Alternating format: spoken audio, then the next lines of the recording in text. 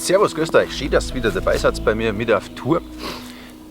Ihr seht, ich bin mitten im Wald. Wunderbar, ich bin im Bayerischen Wald unterwegs. Bin jetzt schon über 4 Stunden unterwegs. Eigentlich wollte ich gar nicht so lang gehen, weil ich eigentlich mehr Tactical Bushcrafting machen wollte heute. Aber es ist ein schöner Spaziergang geworden und jetzt habe ich da einen relativ schöner Platz gefunden. Schön weit drin im Wald, schön geschützt, schön ruhig. Man hört gar nichts, nur Vögel und Natur. Das ist natürlich perfekt. Ja, Tactical Bushcraft gibt es halt ein bisschen. Ihr seht es an der Ausrüstung, dass das ein bisschen anders ist wie beim klassischen Bushcraften. Ihr wisst ja, ich mache Tactical Bushcraft auch wenn viele behaupten, es gibt es nicht und es ist ein Blödsinn und ja, mir persönlich relativ egal. Viele Freunde von mir in Amerika machen das schon jahrelang, da ist das sehr populär drüben, sehr beliebt. Bei uns in Deutschland ist ja von der konservativen Einstellung her anscheinend noch nicht richtig durchdrungen, aber das kommt auch noch. Da ist ja zum Beispiel das beste Beispiel, ich bin früher aktiv Motorrad gefahren im Bereich Supersport und auch im Enduro-Bereich. Alles, was zwei Radl gehabt hat, bin ich gefahren und ich weiß damals noch, da hat es Straßenmaschinen gegeben und es hat Enduros gegeben und sonst eigentlich gar nichts. Und dann sind ja langsam diese Supermotos gekommen, das war ja eine Riesensache, dass die Supermotos totaler Scheiß und bla bla. Mittlerweile sind sie allgegenwärtig auf der Straße unterwegs und haben da riesen Akzeptanz gefunden und eine riesen Fangemeinschaft. Das gleiche ist erst auch bei den Coffee Racer und. Es dauert halt immer alles ein bisschen in Deutschland, bis das ankommt. Mir persönlich auch relativ egal. Ich mache das Tactical Bushcraft mit einem ganz tiefen Hintergrund und mir gefällt es einfach. Da kann man einfach diese militärische Ausrüstung sauber nutzen draußen. Und da möchte ich einfach euch halt mitnehmen und wie man da ein kleines Lager bauen. Gar nichts Großartiges, nur schön, ein bisschen klar versteckt im Wald darin, wunderbar. Eigentlich hätte ich beim Hergehen schon überlegt, ich baue mir heute also ein Hochbett. Das Problem ist, es ist schon wieder so spät, bis ich es aufgebaut habe, wird es Nacht wahrscheinlich. Das ist einfach von zeitmäßig nicht mehr drin, weil ich möchte unbedingt ein bisschen an die Bäume umschlafen mit einer Leiter und so. Aber das kommt auch noch, das machen wir alles noch. Heute wird es wieder ein Bodenlager. Ich habe mein Mückenshelter dabei, das ist da unten dran, da an der Seite. Das Paria Outdoor. Und wir haben da ein kleines Lagerbau mit einer bisschen einer Bushbox, also Feuer heute auf Nacht. Und wir haben es da gut gelassen und da könnt ihr mich begleiten. Und schauen wir mal, was wir jetzt da aufbauen. Ich habe auch noch keinen Plan. Es liegt sehr viel Baumaterial, Totholz rum darin. Das ist natürlich schon mal sehr gut. Und da werde ich jetzt ein bisschen starten. Also viel Spaß und bis später.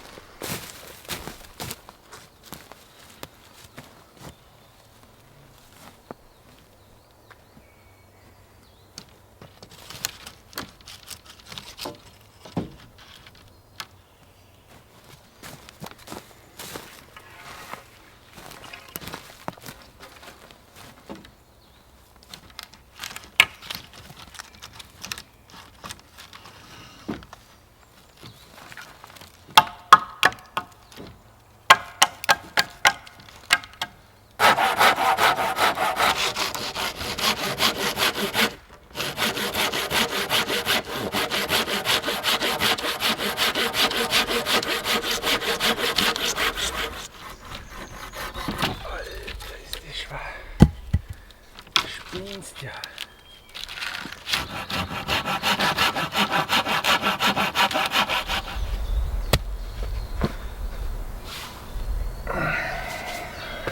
Ja, ihr seht es, ich habe mir jetzt hier ein kleines Lager eingebaut. Bin noch nicht fertig, bin gerade mitten dabei.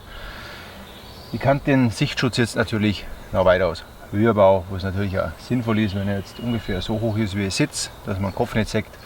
Das Ganze dann sauber mit Moos auskleiden, dass da keine Hohlräume entstehen. Das ist eine wahnsinnig gute Dämmung und auch ein sehr guter Sichtschutz und Windschutz und so. Gerade wenn man Feuer hat, dann ist das perfekt. Aber es ist halt so, es ist 4:30. Wenn ich jetzt noch weiter baue, muss ich noch viel so Bäume umschneiden, so alte, das ist alles Totholz. Und das dauert einfach. Ich muss das Ganze von irgendwo herziehen, ewig weit zurückziehen, dann muss das herschneiden, entasten das Ganze. Und das dauert mir einfach viel zu lange jetzt. So viel Zeit habe ich heute gar nicht mehr, sonst komme ich mitten in der Nacht rein. Aber so passt das jetzt auch ganz gut, gefällt mir sehr gut. Genau, jetzt will ich hier noch mal Tabspanner, dass ich ein bisschen Unterstand habe.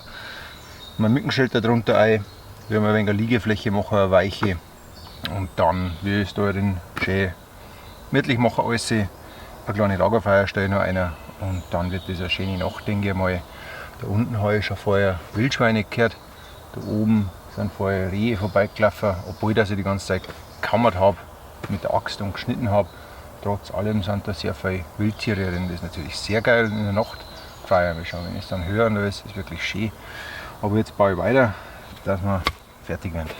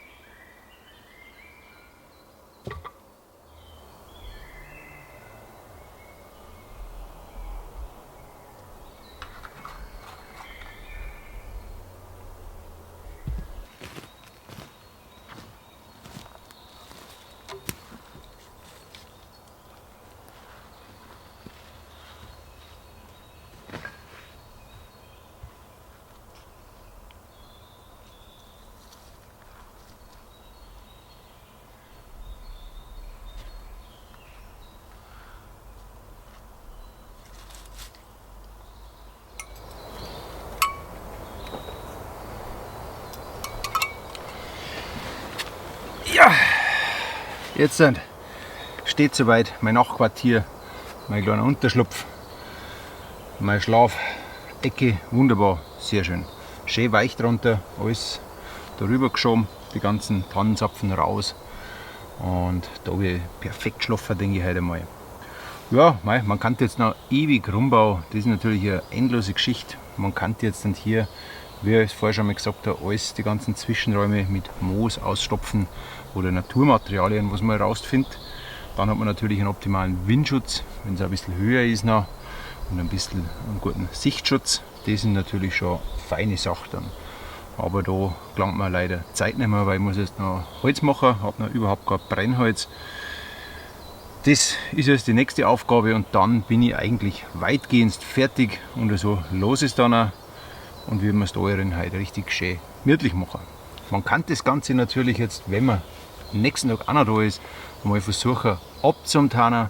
Das möchte ich euch auch mal zeigen, was ich da für Erfahrungen gesammelt habe. Und zwar habe ich es öfter so gemacht, dass ich ums Lager, weil die Bäume ist ein Umkreis von ungefähr 5 Meter von den Lager rum, habe ich ein Paracord gespannt, ungefähr auch in der Höhe.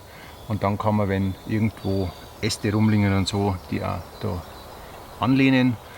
Und somit kann man das Ganze ein bisschen verwischen, die Konturen im Hintergrund vom Lager, weil das ist natürlich schon ein schöner Platz da drin, mitten im Wald, der fällt natürlich sofort ins Auge. Aber um das geht es halt überhaupt nicht. Und da die Äste, wo ich gefunden habe, die hat es vom Baum runtergewachelt, wie der Sturm war, die habe ich einfach da hingehängt. Das hat nichts mit Tarnung zu tun. Wäre da gern wieder einen Kommentar abgemächert dazu. Ja, wie gesagt, ich mache jetzt Holz und dann werden wir meine Buschbox ausschmeißen, noch ein paar Kleinigkeiten drin machen. Dann muss ich meine Isomatten noch aufblasen, mein Kleinmet und Schlafsack einmal ausrollen. Ja, genau, und dann schauen wir mal.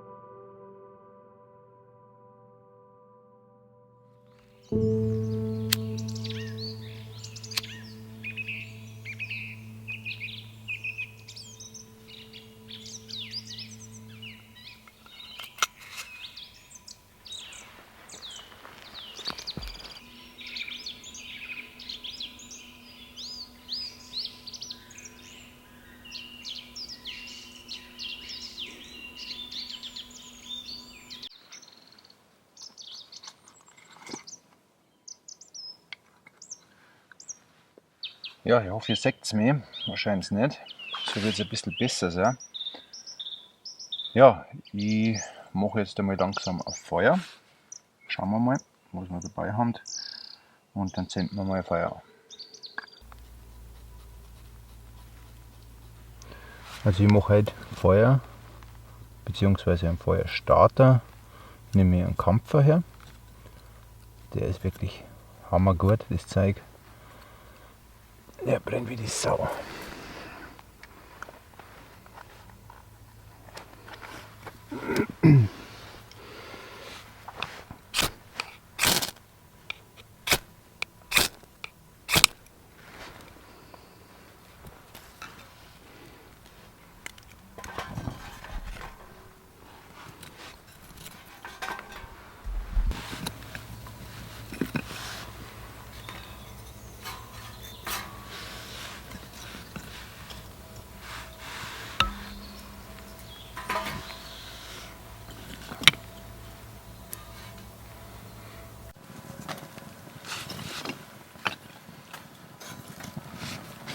Ja, wie ihr seht, habe ich mir jetzt ein kleines Feuer angezündet. Das ist super, obwohl das überhaupt nicht kalt ist, raus, gar nicht.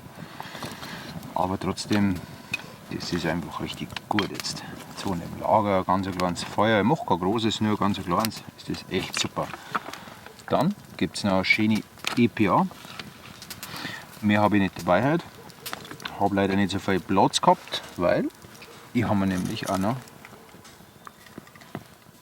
ein Bierchen mitgenommen. Und das muss sein. Und deswegen habe ich beim Essen ein bisschen sparen müssen. Aber in Bayern ist ja das auch ein Grundnahrungsmittel. Und von dem her passt es. Okay, dann lassen wir mal die Nacht beginnen. Ich freue mich unheimlich drauf. Wirklich. Es ist so gemütlich darin, es ist so schön. Richtig geil. Dazu, das Allerbeste, das ist Vollmond. Das ist richtig cool. Ich freue mich. Okay, dann bis später.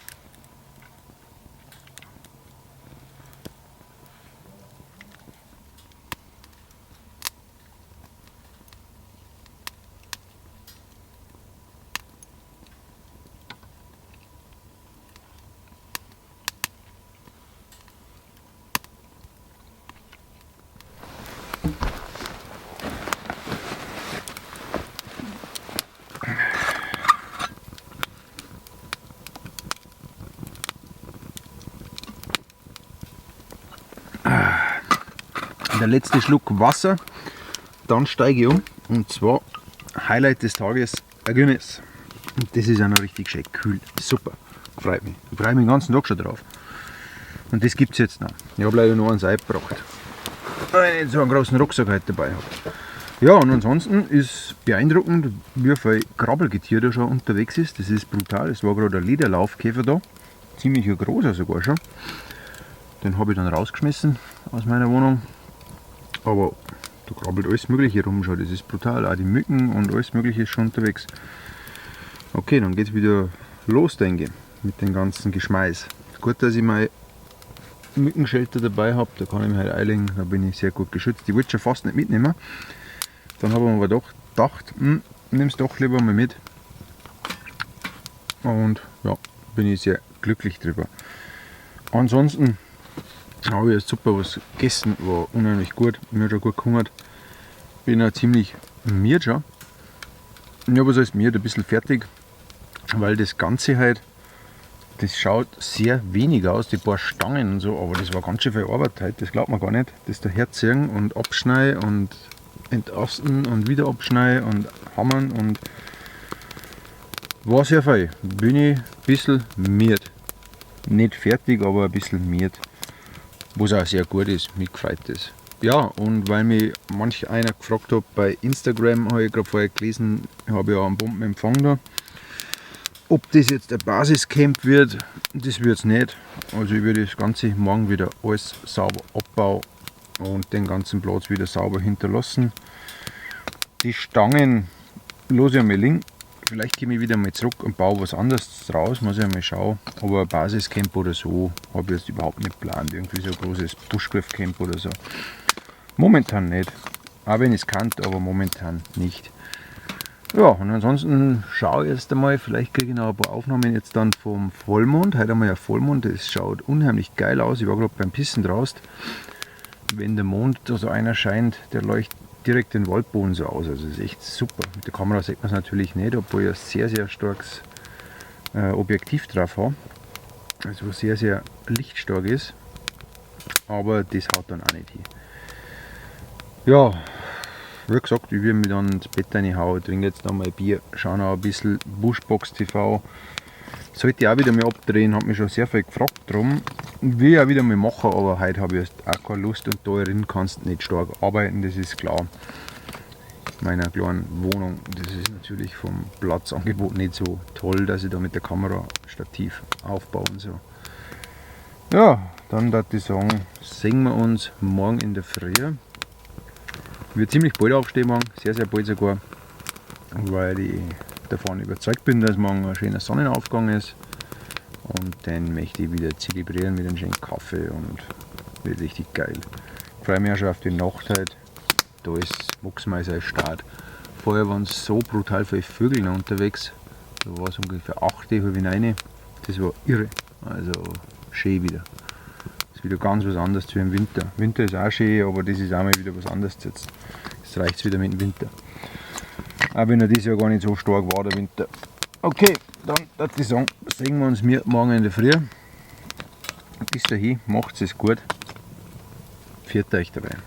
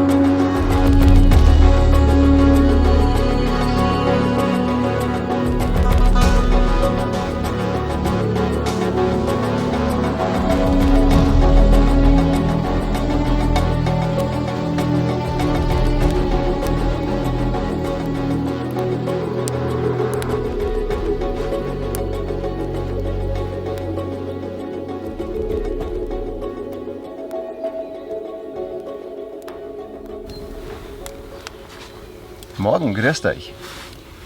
Traum, oder? Wunderbar, wunderbar. Also war echt geil. Die ganze Nacht war geil, alles war geil. Jetzt ist es auch richtig schön draußen, also das ist ja irre. Zu meiner Nacht komme ich gleich zurück, da habe ich nämlich ein paar Fragen an Leute, die sich mit Traumdeutung auskennen, weil ich habe da schon mal ein paar Träume erklärt von mir. Ich habe früher unter Albträumen gelitten, unter massiven, die wo jetzt weg sind, und habe da mal was angesprochen in meine Videos, und da haben sich sehr viele gemeldet, die wo wirklich Ahnung haben von der Materie, und da möchte ich kurz noch mal was fragen nachher an die Leute. Aber sonst bin ich jetzt aufgestanden, bin um 5 Uhr aufgekommen, habe dann eine Dreiviertelstunde einfach die Vögel zugehört. Das war ein Vogelkonzert in der Früh, traumhaft.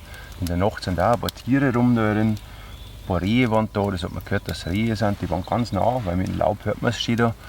Und wenn ich mich dann bewegt habe, haben sie so da gestanden, in Sicherheit, haben nur geschaut, und dann sind sie ganz leise weggegangen, also war schon cool. Im Waldkauz habe ich einmal gehört, dann ist einmal der Wind ein bisschen besser gegangen. Echt schön, das war wirklich eine schöne Atmosphäre durch den Vollmond. Wollte ich eigentlich auch gerne filmen mit der Kamera, aber ich habe es einfach nicht hingekriegt. Das Objektiv geht nicht so nah ran vom Zoom her, dass ich da irgendwie eine schöne Aufnahme machen könnte. Aber es war wirklich eine beeindruckende Atmosphäre, weil es so hell war draußen. Ich bin noch ein bisschen am Wald spazieren gegangen in der Nacht, ohne Licht. Das ist echt super. Ich habe mich einfach irgendwo hingesetzt, und die Ruhe. Man hört keine Flugzeuge momentan, also echt super. Hin und wieder hört man mal einen Hubschrauber. Das ist wahrscheinlich ein Rettungshubschrauber, wo da rumfliegt. Und ansonsten ist es wirklich still. Super. Haben wir jetzt 2 Tassen Kaffee gönnt draußen, frisch aufgebrüht. Wunderbar. Also, oder aufgekocht nach Cowboy-Art. Super. Ich muss sagen, in dieser emaillierten Tasse schmeckt der Kaffee besser. Muss ich wirklich feststellen. Vielleicht ist es eine Einbildung, aber er schmeckt besser wie aus dem Titan-Feldflaschenbecher zum Beispiel. Er schmeckt, wie soll ich sagen, weicher, runder. Es ist irgendwie ein anderes Aroma, es ist irgendwie anders. Wahrscheinlich beutet man es noch ein, aber er schmeckt in meinen Augen anders. War wunderbar der Kaffee in der Früh, super. Jetzt kommt die Sonne langsam durch. Ich denke, in 20 Minuten sitze ich voll in der Sonne, und dann kann ich auch mein Equipment sauber trocknen. Das habe ich jetzt monatelang nicht gekannt, da hat es immer geregnet oder geschneit in der Früh, und jetzt kann ich das endlich einmal wieder schön sauber trocknen, verpacken. Der Schlafsack hängt schon in der Sonne hinten. Super, wirklich war richtig geil. Später baue ich das Ganze wieder ab. Ich lasse das nicht stehen, habe ich ja schon erklärt. Ich will noch mal herfahren auf den Platz, weil die Stangen, da möchte ich noch was anderes bauen. Da kommt noch was Schönes. Ja, aber jetzt einmal zurück zu meinen Träumen. Die Leute, die sich mit Traumdeutung, Traumforschung sehr gut auskennen. Ich persönlich habe mich ja auch lange damit beschäftigt, durch die Albträume, die ich früher gehabt habe. Aber es ist so komplex, das Thema, das ist wirklich irre. Ich bin immer aufgestanden, habe ein Buch daneben gehabt, habe meine Träume aufgeschrieben und habe versucht, das zu analysieren, was mir fast nicht möglich ist. Ist da ein Vogel gesessen, ein großer. Ja, wahrscheinlich. Eine Dole. Ja, auch nicht schlecht. Ja, ich habe es einfach nicht richtig rausgekriegt, und ich habe festgestellt, wenn ich sowas ausspreche in meinen Videos, dass sie einfach Leute meint, die wirklich Ahnung haben von der Materie und wo man da weiterhelfen können. Weil es ist momentan so, dass ich seit 2-3 Wochen immer Träume habe. Ich mag schon gar nicht mehr ins Bett gehen, weil mir das so stresst. Das sind jetzt keine blutige Albträume oder so, wo ich verletzt werde, überhaupt nicht. Das sind nur Albträume. Vielleicht belächelt das der eine oder andere, aber mich stresst das unheimlich. Wenn ich jetzt bei allem, was ich mache, ich kann es einfach nicht. Also es ist jetzt zum Beispiel so, wenn ich jetzt Bus fahre, wie die Nacht war wieder dran, die fahre Bus, kann aber nicht aussteigen. Ich möchte so gerne aussteigen, kann aber nicht. Ich weiß, ich muss aussteigen, kann nicht. Anderes Beispiel, also auch geträumt, ich gehe zum Einkaufen, ich stehe an der Kasse, ich muss die Euro und Cent rausnehmen, ich kann das nicht zusammenrechnen, ich schaffe das nicht, ich verstehe das überhaupt nicht. 100 Leute stehen hinter mir, ich komme nicht weiter. Das ist ein anderes Beispiel, ich stehe an der Kasse beim Bäcker oder beim Bäcker drin, möchte auch was kaufen, aber ich kann nicht vorgehen. Die ganzen Leute gehen an mir vorbei, ich möchte etwas bestellen, geht nicht. Und so geht es die ganze Zeit hin, egal was ich mache, ich schaffe es einfach nicht. Es ist alles, was ich mache, geht einfach nicht. Ich bin da wie gelähmt und das schaffe ich nicht und das geht nicht. Und das ist schon brutal anstrengend, weil ich den Druck auch merke von hinterher, dass die Leute warten auf mich und machen mich zu, und ich kann es einfach nicht. Es ist egal, wie ich es mache, es funktioniert nicht. Das sind so ganz banale Sachen, wie zum Beispiel habe ich mir einen Traum einen Schinken gekauft, so einen Räucherschinken. Dann habe ich ihn ich habe es nicht geschafft, dass ich ihn aufmache, dann habe ich es doch irgendwann aufgerissen und dann habe ich es nicht geschafft, dass ich es esse. Ich habe es einfach nicht essen können. Das ist alles, also grauenhaft. Also es ist wirklich schlimm, weil ich das einfach alles nicht schaffe. Egal was, ich schaffe es nicht. Da gibt es 1000 Beispiele, aber ich schaffe das nicht. Vielleicht kann mir da einer weiterhelfen von euch, weil ich das einfach gern wissen möchte, was das momentan ist. Also wie gesagt, ich gehe schon ungern ins Bett, weil ich immer diese blöden Träume habe momentan und das jeden Tag. Komisch, habe ich jetzt ewig lang nicht gehabt sowas, aber momentan ist es so, obwohl das bei mir vom Privaten her und von meinem Leben her alles bestens läuft. Also ich kann mich überhaupt nicht beschweren, es geht so dermaßen steil bergauf bei mir, es ist super, es ist wirklich toll. Aber vielleicht oder einen Tipp für mich, der schreibt mir bitte einmal. Ja, und ansonsten, wie gesagt, ramme ich da jetzt zusammen. Gleich müsste die Sonne reinkommen, da hinten scheint schon durch alles. Wow, cool. Dann werden auch Zähne geputzt und ich hoffe, das hat euch ein bisschen gefallen. So ein bisschen Tactical Bushcraft will ich natürlich öfter machen jetzt. Wie viel Bau, habe viel vor, was ich umsetzen möchte. Richtig coole Projekte. Wie gesagt, ich will mir jetzt wahrscheinlich nicht ein riesen Waldcamp da aufbauen, aber verschiedene Sachen möchte ich bauen, weil ich es einfach lernen möchte und probieren möchte, weil nur so lernt man was. Und da könnt ihr mich begleiten. Ich filme das Ganze immer mit, weil das Filmen gefällt mir auch unheimlich voll mit dieser geilen Kamera. Okay, dann würde ich sagen, beenden wir das Ganze jetzt. Ich will jetzt noch ein bisschen da sitzen. Vielleicht machen wir noch mehr einen Kaffee, weil er so stark gut war. Und dann sehen wir uns demnächst wieder. Mal schauen, was ich mache. Keine Ahnung. Kommt drauf an. Ich wünsche euch jetzt was. Bleibt gesund. Ehrlich, helft ein bisschen zusammen in dieser blöden Zeit, wo wir momentan haben. Die packen wir schon. Denke ich schon mal, dass wir das schaffen. Und ich hoffe, dass keiner einen Arbeitsplatz verliert. Und wenn er ihn verliert, hoffe ich, dass er gleich wieder eine andere Arbeit findet. Weil man braucht ja auch Geld zum Leben. Okay, in dem Sinn, schönen Tag. Der Weitler sagt, pfiat euch.